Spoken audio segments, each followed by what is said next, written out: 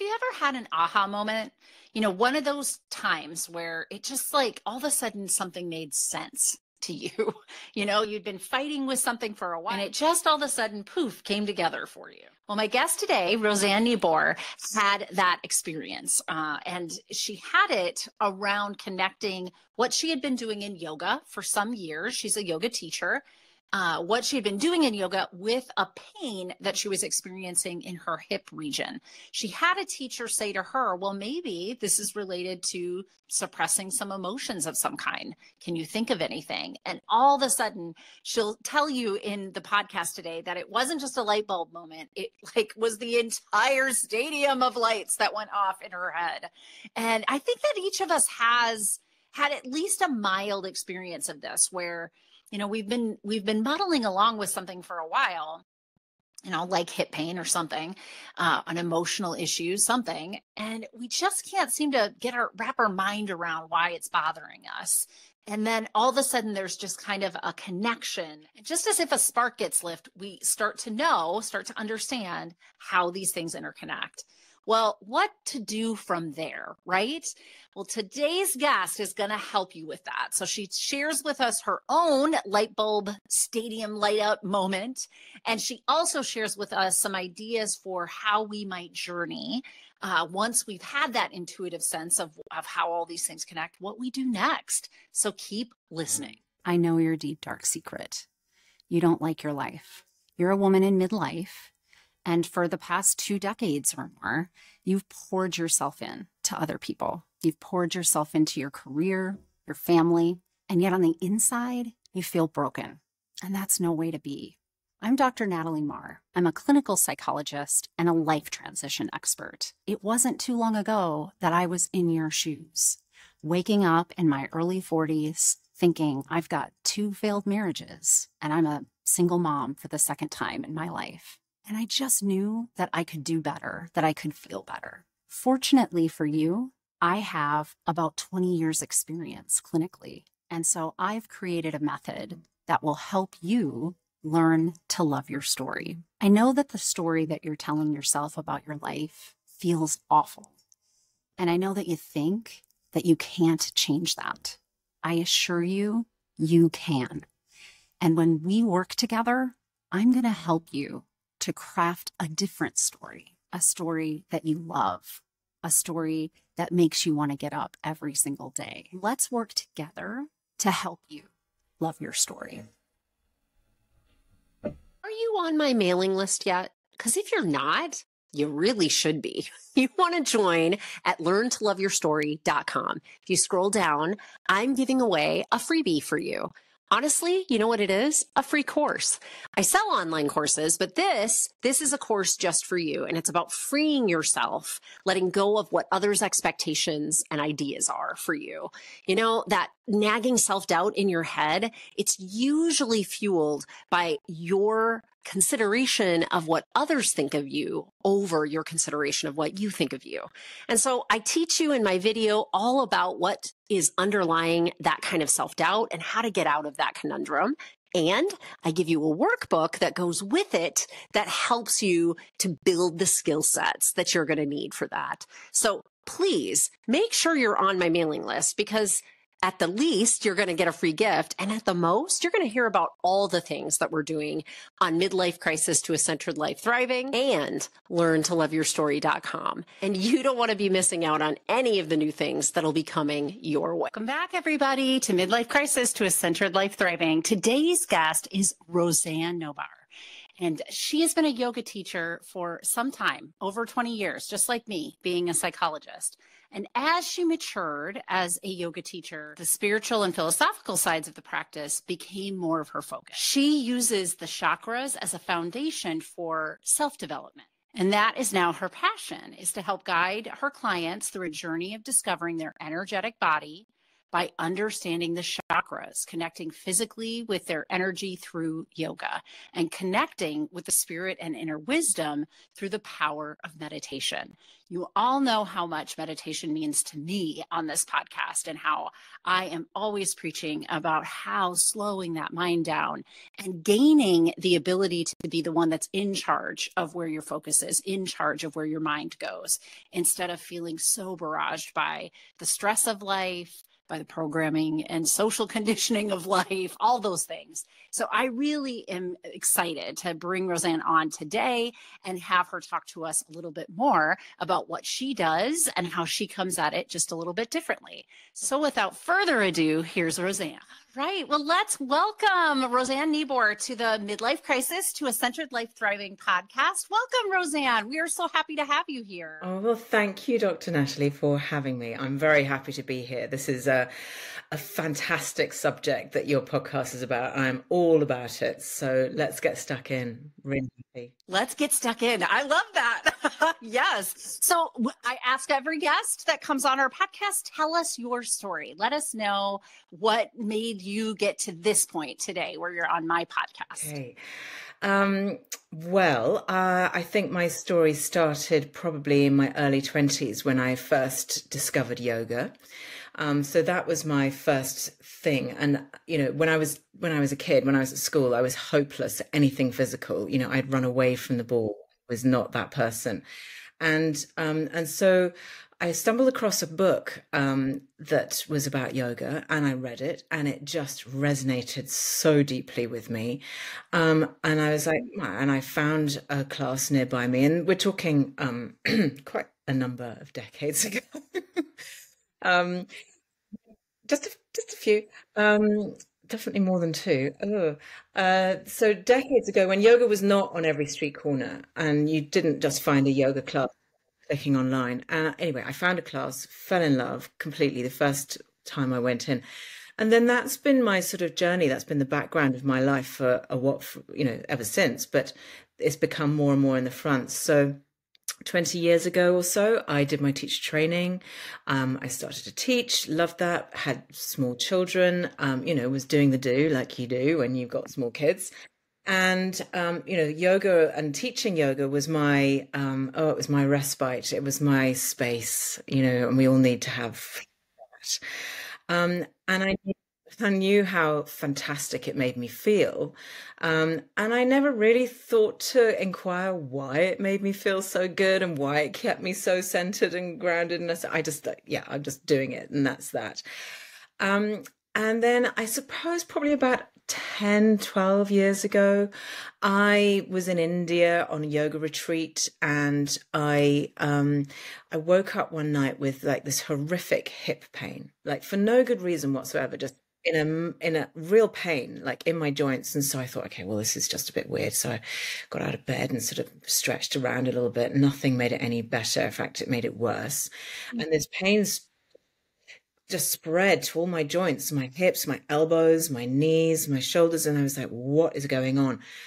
Anyway, made it through the night, just drank a lot of water, made it through. And then I was fine. There was nothing materially wrong with me. And so I was talking to my yoga teacher, because it was a yoga retreat, of course. I talking to my yoga teacher the day after, and she was like, well, do you think this might have something to do, what are you holding in your sacral chakra? Because that's where we hold a lot of emotions. And I'm like, a million light bulbs all went off. A stadium's worth of light bulbs went off. And I was then completely enamored and hooked. And it just, again, another moment where everything just felt completely aligned. And I'm like, this is the next step. This is the path. This is the reason. And everything fell into place. So from yoga to understanding the energetic side of yoga, rather than just the physical and enjoying all the other benefits just by sort of default, by not on purpose, if you like, I then to be a lot more purposeful about it. And I began to introduce the chakras and all of that sort of energy work side of things into my yoga classes. And my students loved it. They were like, this is fantastic. Tell us more. And And so from then, when lockdown happened, I then thought, well, because I was catering, I was being a cook, catering people's parties and so on, and I left of my life. And actually, this is my only life in this particular body, in this particular time. What is it that I want to do? So the thing that comes up most for me is people finding a new purpose. So they find a new thing that they want to do that lights them up, that they feel passionate about. And they're like, how the hell do I do that? I'm 50 something, or I'm, late 40s. And I'm like, I want to change direction completely. How do I do that? And I feel so blocked. I've got all of this baggage and all of these expectations, this external expectations on me to be a certain way, to do a certain thing. And I'm turning around to the world going, do you know what? I'm done with you. And I actually want to be my own person. I want to live my life how I want to live it. I didn't really love it that much. I could do it, but I wasn't in love with it, not like I am with the work that I do now anyway. And so lockdown was a gift really for me, because it allowed me to go, right, draw a line under the catering because no one's having any parties, and sit at home sit in front of my laptop and create something new. So I then took everything that I'd learned and read and felt and understood and put it into a big fat course. And initially I was teaching, and I taught it as like an 8-week course, and we would just go through all the chakras and I would integrate it, because this is the key for me, is integrating mind, body, and spirit. So the yoga is the mind. Sorry, it's the body. Yoga is the body. The mind, the understanding of what's going on is your mind. And then the meditative and the breath work and stuff, that speaks to the spirit. So I was just fully in my moment and arrived at where I am today, which is this work that I'm totally super passionate about, is about spreading the wisdom of the chakras, about encouraging people to understand their energetic bodies and applying it into their lives in a way that works for them, because not everybody wants to hop yoga class, not everybody wants to faff around with crystals or what have you. There's a different way for everybody. So yeah, that's my journey, is and it's ongoing. I love it. And one of the things that it's fascinating to me, getting to do these interviews after starting this podcast, how many of us have a very similar origin story of why we're doing what we're doing right now. And COVID was such a catalyst, was it not? Like, it was such a pattern disruptor. I mean, I'm a clinical psychologist, so I get kind of nerdy about that stuff, but it interrupted our pattern of just doing the hustle that we had been doing. And some of us, as we reckoned with that, we're like, yeah, I can do much more in the world. And so I love that origin story, because you could listen. It's kind of the greatest hits on this podcast. You can listen to several people I've interviewed. It's a very similar background. I just love that. I love that. Yeah. And I think we all reevaluated what was really important to us. We were in really scary times. It was real life and death situations. Some people were very unlucky in losing loved ones and friends and so on. And it was like, actually, let's just live now. Let's do what we love. Let's do what matters to us. This daily rigmarole that we're, the circus that we're in is just not fulfilling anymore. And also it opened up this incredible, the big benefit to me, and I'm sure to you as well, is that it opens up this wonderful thing called Zoom, and and all these wonderful ways of connecting to people, so that you can talk. I was going to yoga classes during lockdown. I was going to yoga classes with the most incredible teachers over in California that I would never have got to before, and suddenly everything. Yeah, it's an extraordinary time. Yeah. It's extraordinary. You were exposed to, things that you probably never would have picked up and done. And And I do think that a large part of it was, it was a life or death thing. It wasn't just a pattern disruptor like, oh, this is uncomfortable. We can't go to work at work. We have to stay home. It was also like, you can't go outside because you might die. Like, that's huge. That's a huge thing that really catapulted us to kind of reckon with, am I doing in my life right now what I want to be doing? So that's fair point. Very fair point. Mm-hmm. Well, so one of the things that drew me to your story, I noticed that you had mentioned, like, as I matured and took on learning more about that spiritual and philosophical side, then this really opened up, and now I'm really passionate about what I do, which you have stated for us so lovely, so eloquently. I am wondering, when that light bulb moment, or like you said, it was a stadium light bulb, all the light bulbs went off when she said, like, this thing in your hip is really connected to something you're storing emotionally. Walk us through that. Like, what all of a sudden clicked for you in that moment? I think, gosh, what was it that clicked? It's just that it made complete sense to me as a human. Like, I realized that, a very bare bit of research will tell anybody that the sacral chakra, which encompasses your hips and the part of the endocrine system attached is your reproductive system, and within our hips we hold our emotions. Each chakra holds a different portion of your life, your emotional life and your physical life. So, for example, in your root chakra, you hold things around aspects around your home and your family and your safety and your stability and your groundedness. And in your sacral chakra, you hold things like creativity and fun and fluidity, movement, but you also hold your relationships, your sexuality there too. But one of the biggest ones that you hold there is your emotions. So your emotional life you hold in your sacral area, in your hips. So really frequently as a yoga teacher, you're often opening the hips. And so people come in with very stiff hips. And it's very easy to say to them, because I was that person as well, as a child, did you stuff your emotions down? Were you able to be emotionally, eloquent? Were you invited to attach meaning to your emotions? Were you invited to talk about your emotions? Were they welcome at the table? Do you now recognize your emotions? Do you know how you're actually feeling? Do you, and when you worked out what you're feeling, do you know how to process it?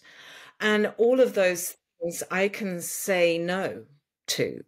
I was not emotionally fluent. And I had, by this stage I'd been married, I'd had kids, all the rest of it, and all the trials and tribulations that go alongside all of that. And I had been stuffing stuff down into my hips for years, for decades. And because I was in this environment of warmth and openness and physical action, I was on the yoga mat like 5 hours a day. My hips suddenly, I had a release, and they suddenly went, whoa, you've taken the lid off this, and it's just, everything's coming out.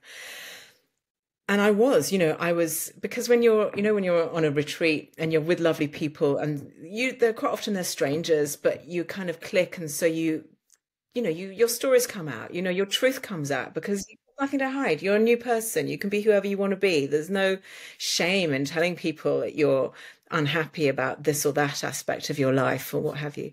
So that coupled together with the physical side of it just exploded that element. So for me, in that moment of understanding hip pain was an understanding of my emotional history, or lack of. Yes. And if I heard you right, it also, so all you did was put those two dots together, or this yogi teacher helped you put those two dots together, and then you experienced release. Am I hearing that correctly? Yeah, exactly. Wow. Because that's pretty amazing. When you think about it, it really is just that mindful moment of putting them together. You didn't have to do anything spectacular with it. You just had to start to notice and understand that the two were interconnected. Exactly. And this is a lot of the work with the chakras and understanding your energetic body. Like the top of the list is awareness, is just knowing, is just having that awareness of going, okay, I'm having some stomach issues here. What could be the problem? And then if you know your chakras and you know that this is your power center, you know this is potentially to do with work or money or your strength or your muscles or like, I don't know, whatever. But your digestive system, I mean, you know, your belly will, it'll tell you. And then you can start exploring, and then you can also, so you go into that sort of folder, if you like, of what is being held energetically in this area of my body. And then you can go into all the various different ways of finding relief or, you know, finding some kind of solution that's going to help ease you through this. But awareness is the biggest one of all, just understanding. Just knowing. I'm so affirmed by hearing that, because that's at the top of what I teach in my skills-based training as well. And I again, very similar story. I just put it all into an online course, and then I started group coaching, all the things that I knew. But yes, I think that awareness is so key, because it opens up everything else that you can do differently for yourself. If you're not in awareness of how those things interconnect, then you won't, do the subtle things to be just showing up to it differently, not stuffing, for instance, in what you're describing for us, like recognizing that when motions feel big and I don't know how to metabolize them, then I stuffed them. And then what will happen is pain in that hip region. And so, that just those subtle differences you wouldn't have been able to pick up on had you not started to connect those dots. Yeah. And I think when you get deeper still into it, people have so many challenges in life, and especially, in midlife, we have aging parents, we have, young adults who are trying to make their way in the world, plus, everything else that we go through, menopause and this age of losing your mind. Yes, of losing your mind and your body at the same time. Exactly. But we so often as humans, we're like, our brains are supreme and we're going to sort it all out by thinking and reading and knowing in our minds. When in fact, we can offload so much of this work to the body because we hold so much of our stuff. So very technical. Do you like my technical terms that I'm using here? Like there's technical terms. We hold all this stuff in our bodies, and we can take this back to, quantum physics, the energy that is held, everything that we experience is held energetically within our cells of our body, and it is retained there. And so in order to release it, we don't have to go to therapy. Therapy helps. I love therapy, but we don't have to just think about it and try and unwind it with our brains. We can just step onto the mat and open our hips. We can turn on some music and dance like an absolute lunatic. We can shake our bodies. We can scream. We can stamp our feet. We can punch a pillow. We can walk to the top of a mountain and sing hallelujah. We can sing, singing is another amazing modality of healing. We can meditate. We can try and just notice our thoughts. There are all these things that we can do with our bodies that our minds, we just need to have the information in our minds to go, oh yes, that's the thing that would be good for us, right, to do right now. And we step onto the mat to do whatever, or onto the dance floor or whatever. But movement of the body and understanding that we hold this stuff in our bodies and that we can release it through working with our bodies is, God, it's such a relief. It is kind of a relief, because I think, that's why I thought it was just so lovely the way that it just was an aha moment, and then release started to happen for you. Then you went back to your body and you were working through that, but you didn't need to know what your body was doing to metabolize that. You had just made the connection. So the awareness is key. And really figuring it all out and problem solving through it is not the end all be all. That's a very programmed, socially conditioned idea, Western socially conditioned idea that I don't think it actually serves us in any way in our midlife.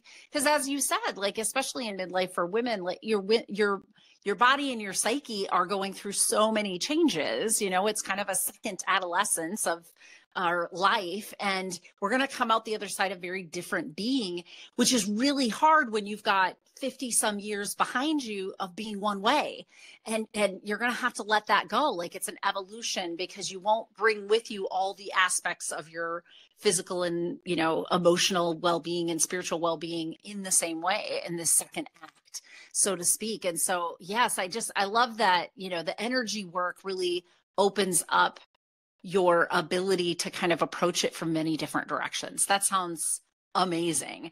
So, I mean, what's the challenge that you see for, women in this age group in particular, when they're coming to you for help? What are the things that are barriers that you've seen? Well, the thing that I find most often is this very common issue of women who have raised the kids, they've done the do, they've maybe, they've had a career, and they reach this stage where they go, okay, so I did that. That was kind of what I had always planned to do, that dream of, and have a family and, and a career. Lovely. You've done that. And you're like, okay, so here I am with another 10, 20, however many years, decades. I think for me, if I can, and this is going to sound slightly bad, but this is my experience of midlife as well, is that you suddenly become outrageously selfish, and you go, do you know what? I don't want to please everybody else. I don't want to mother everybody else. I don't want to pick up after everybody else anymore. I want to do what I know I am capable of doing. And now I need to work out how the hell I'm going to do it. And that's what I have. That's the most common thing that I have. People in a big transition moment in their lives going, I was doing this and now I want to do that, or I want to just shift my life, or I want to understand this awakening. And a lot of people come to me when they're having some kind of awakening to a spiritual life, to fact that life is more than just the daily, round of and chore, and they go, there is more. And it's an interesting one, because a lot of people obviously have been brought up with religion or not, but a lot of people I find are skeptical of religion. I think if people have religion and have faith, then that's their spirituality. So it's the people who are like, I'm not interested in investing in the dogma of a religion, but I feel being drawn towards spirituality and understanding and a connection in some other direction. And, people don't want to necessarily become a Buddhist or whatever. They just want to have a life that feels meaningful and connected. Because I think that women in particular, one of the social conditionings that we have is to be caretakers, like to always be giving of ourselves and selfless. Now, there's all sorts of negativity that goes with that.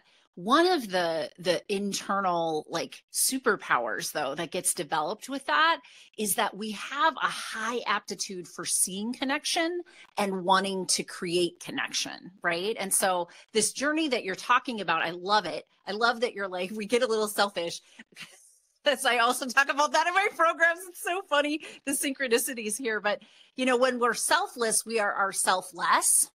And I think that first half of our life, we've done that for way too long. And so part of the burnout is that that's not sustainable. And so we do need to start to invest in ourselves in some capacity. And as we do that, what's so interesting to me is that we're looking though to reconnect with the world. We're not doing it in the selfish idea, the definition of selfish that we're seeing in the pop culture idea, where it's like, you're all about you, you're self-absorbed, you're not gonna. No, women do it in such a way that we want to know ourselves better as a tool for that connectivity, which it's so brilliant, right? Like, it's just like, oh my gosh, because the sum of we're so much greater than the sum of the parts of all of us. So when we work in conjunction with one another, or see the connections together, it's so much more powerful what we can accomplish, and our purpose feels more in alignment, I believe. Yeah, exactly. And, this is exactly what I find as well. And it's not like people are coming to me and they say, I just want to go and live on a Caribbean island and drink martinis all day long. Like, that's not what people want. What people are coming to me for, like, just the other day, I had a client beautiful client, and she, wants to move out of doing what she's currently doing, and she wants to become a choir leader, because she's experienced and knows the power of choirs and singing, because it's really helped her. And she wants to do this for young mothers who are struggling in that young motherhood time. And so, this shift that she's trying to make in her life is fantastic. It's beautiful for her. It's challenging for her. But what she wants to do is completely selfless and completely in aid of other women. And this is what this is what I'm doing, and what you're doing. Like, this is the work. We actually want to reach out, make connection, help, lift each other up. And that is the extraordinary thing about this period in our lives. When we reach for more, it's not a selfish thing. It's just, I want to do what I want to do. And usually what I want to do is more connection and more being. Yeah. Yeah. And I think that's so brilliant. You say that, they hit this point, and what works for them is to help them get in alignment with their purpose. And I don't think that our purpose was so out of alignment before. It was just so overshadowed by socially, created constructs, culturally created constructs and ideas of what that should look like, that was the miss. And so what's brilliant, I think, is as women journey through this, it doesn't feel negative to get more attuned, which is really what you're describing, is you're helping them in a journey of self-attunement. It only helps bolster them on their journey of making a difference in the world, and the generativity and the legacy that they're looking to do, which is all about connection, and it still really is in some ways all about giving out care. There just has to be at some point a recognition that if you're not caring for the tool that goes out in the world and does all that beautiful stuff, that you're damaging your ability to do those things. And that's where we really have to say goodbye to the old programming and conditioning of our youth and earlier stages of adulthood, and just say, yeah, it doesn't serve me to think of it that way. It serves me to sit down and meditate every day for, this amount of time. It serves me to set my boundaries and only give away of my energy as much as I have to allot to that. Because if I don't reinvest in me, then none of the stuff that I want to go out into the world and do is going to be of value. But you're right. This is the stage. And I recently did a little workshop. Actually, it was sort of 3 or 4 week workshop, which I absolutely adored. And it's one of the subjects that I always like to bring into when I'm doing a broader teaching is about the feminine archetypes. So so you have the child, the maiden, the mother. You have the kind of fierce warrior woman. That's her out in the work. And then at the end of life, or towards the end of the life, we have the crone. Now, the crone is this beautiful, wise woman, because at this stage of life, we have amassed this. It's kind of like we have this kind of superpower in that we have amassed a world's worth of experience, a lifetime of experience and wisdom, and everything that we've learned along the way, we can then begin to apply to the purpose that is deepest within us. And this wisdom comes with being the crone archetype, who is just wise. And I know when you think of crone, you think of some little wizened old lady, witchy kind of thing. But actually, that comes whenever you invite it in. We can all, connect with all of the archetypes within us. We hold them all within us because we all have our inner child still within us. We all still have our inner maiden within us. And I think that's an aspect of, at this age, at this sort of mid-stage of life, I think looking back on your maiden life, those teenage life, which, let's face it, from 14 to 21, and that sort of age, oh my God, the transformation, the emotional stuff that you went through during that time. So I often encourage people to, of course, go and visit with your inner child and work out what you're holding on to that's no longer serving you. But go and visit with your inner maiden and give her some comfort, because, God, we all got so messed up in our teenage years, one way or the other. Well, and it's one of the times where we moved quickly. I mean, I know 14 to 21 doesn't seem quick. It's 7 years, but still, it is a pretty quick spin through so many changes, which is so similar to what we're going through from perimenopause to menopause, right? Like physically, for certain, there's a lot of parallels, but there's parallels in your life roles. There's parallels in, your psyche and your spiritual life. And so many parallels you could draw there. In that sort of that rebellious phase that you have during those teenage years is kind of echoed in this midlife, this sort of era. And so I love that we can give ourselves permission to go, okay, so that was that phase, and now we're in this wise phase, and we've got all this perspective. We can sit up high and look back at the story of our lives and look at all of the people that we've met, all the experiences that we've had, and begin to really understand what served us, what lit us up, what we want more of, what we want less of. And then begin to create the life that we actually that really fills us up, because, we want to live in this wholehearted space of fulfillment and satisfaction. I mean, of course, that's not going to be 24/7 because that would be impossible. But overall, this is the baseline of just, I am actually walking the walk of where I want to be. I'm on the path that I want to tread. And understanding through your energetic body, using the chakras as a tool, if you like, is great. Yeah.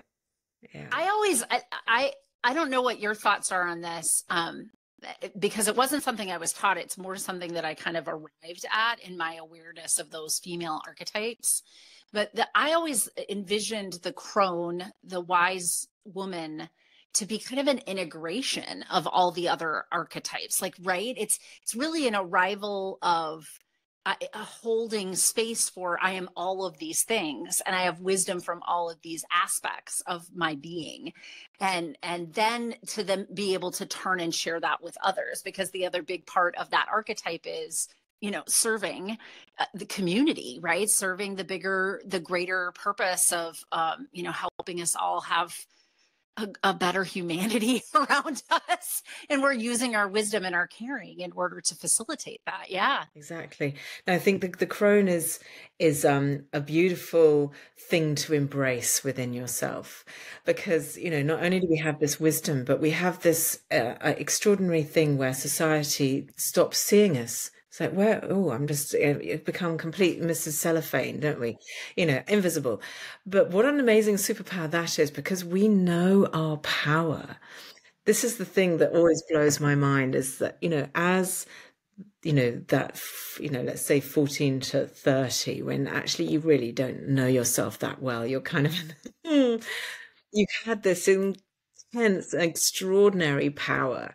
The divine feminine was just so strong, and we used it in all sorts of interesting ways. Some of us used it more wisely than others, perhaps. Yeah, I mean, that's just facts. Yeah, some of us used it a little better than others. But now, as you say, we can integrate that and actually understanding all the layers of the divine feminine, this extraordinary power that we have as women in this age of maturity.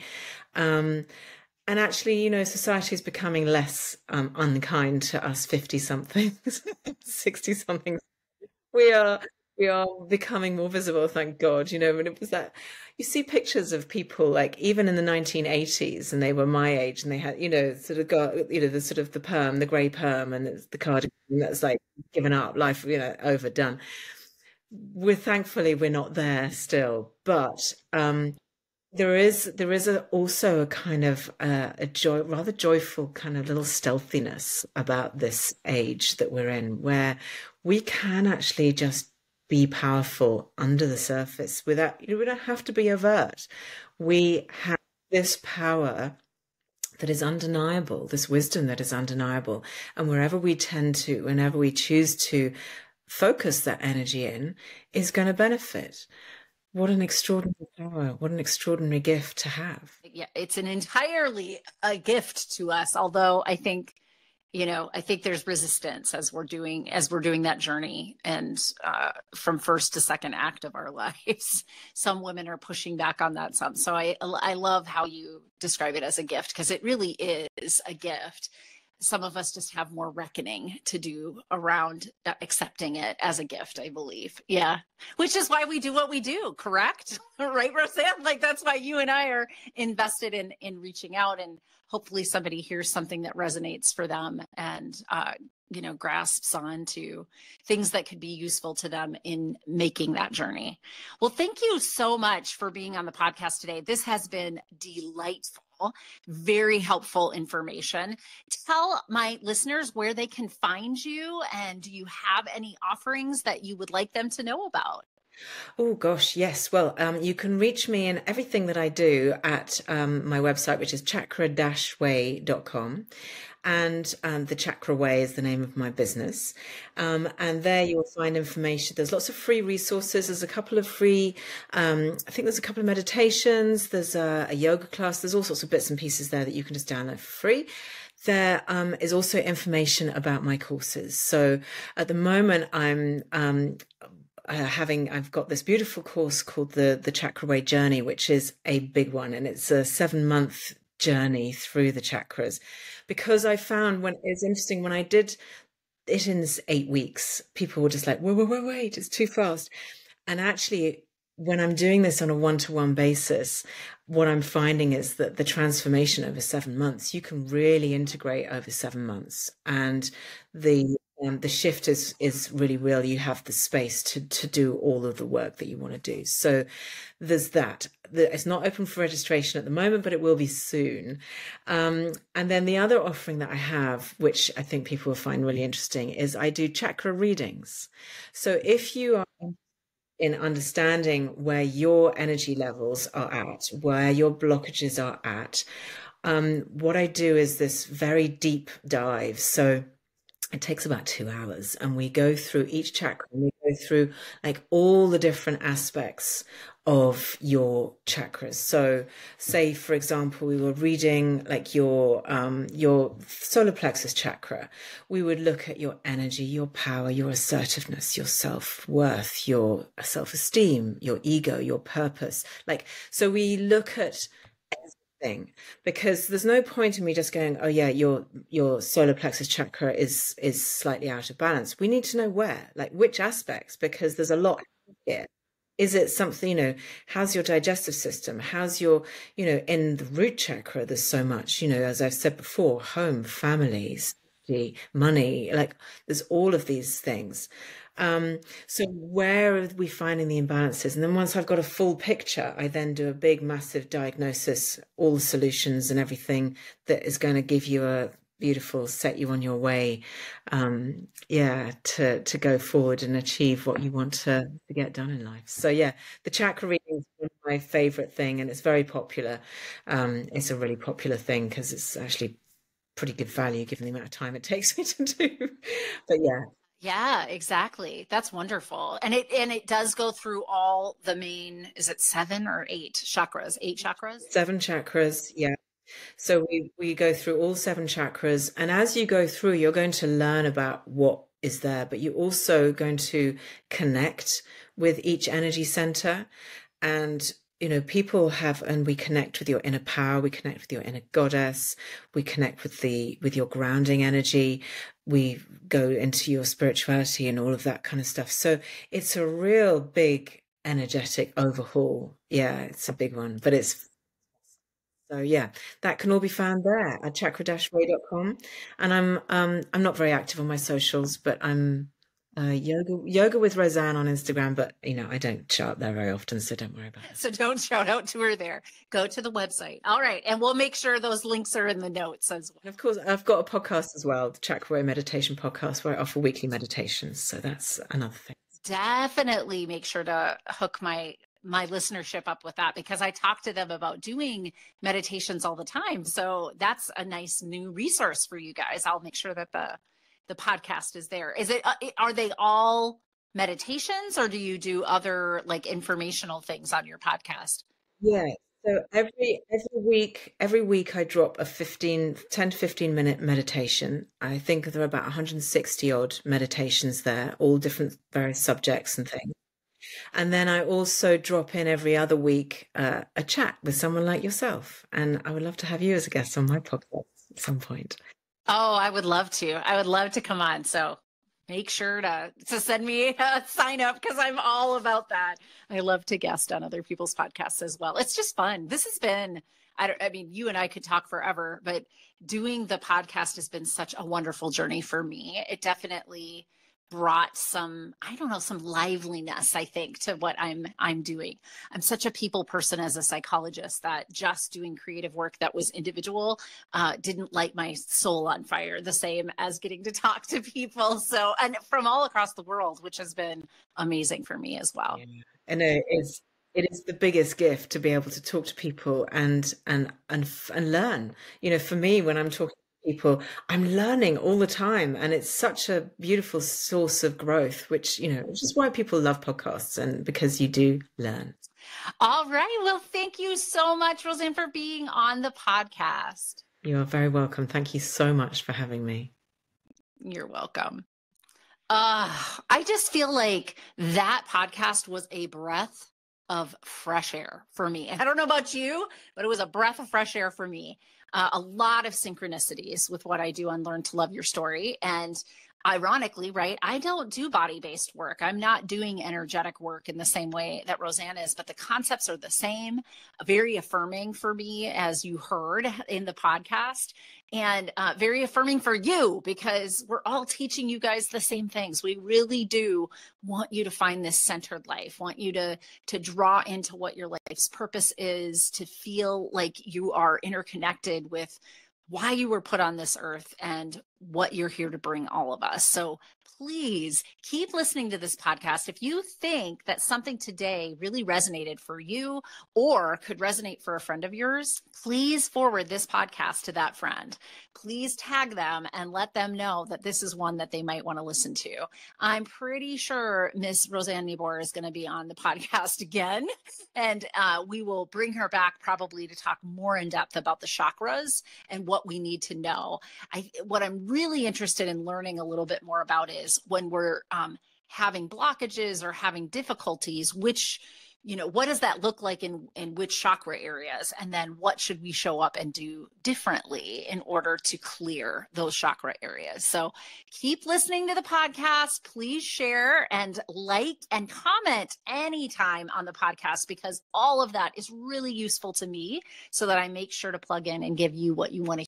Because I am a licensed clinical psychologist in the state of Minnesota, I have to make sure at the end of each of these episodes that I give you the disclaimer that none of the material that I talk about in these podcasts is meant to replace any kind of therapy or formal medical or mental health treatment. And in fact, anything that I offer on my website, my coaching programs, any kind of psychoeducational materials that I release are not a replacement for that level of care. So just take that into account when you listen. This is information for you, and hopefully you find it of value, both as an educational tool and for your entertainment. And I also want to mention that if anyone you know is in a mental health crisis, needs additional help, I always include these two crisis resources. They're available to anybody. Pick up the phone and dial 988 for the National Suicide Prevention Lifeline. And you can always visit their website at suicidepreventionlifeline.org. Additionally, there's actually a crisis text line. So if you're not somebody that likes to pick up the phone, text HOME, home, to 741-741. to the crisis text line. And you can find them online at crisistextline.org. Thank you for listening to my podcast, and I hope that you like and follow me wherever you get your podcasts, and maybe consider leaving me a review. It always helps me to keep this podcast relevant when I know what you want to hear about.